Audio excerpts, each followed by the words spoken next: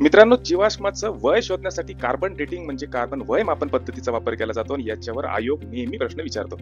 चला तर मग कॉन्सेप्ट पक्का करू. सजीव जेव्हा जिवंत असतो तेव्हा त्याच्या शरीरामधलं कार्बन 14चं कार्बन 12शी असणारं प्रमाण स्थिर असतं.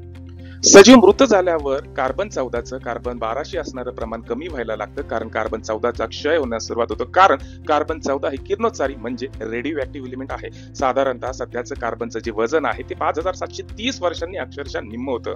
याच तत्वाच्या आधारे जीवाश्मामध्ये असणारं कार्बन 14चं कार्बन 12शी असणारं प्रमाण मोजलं जातं आणि त्या आधारे ते जीवाश्म किती जुनं आहे हे शोधलं जातं. या पद्धतीचा शोध विलार्ड लिबी या शास्त्रज्ञांनी लावलं होतं, ज्यासाठी त्यांना 1960चं नोबेल पारितोषिक भेटलं.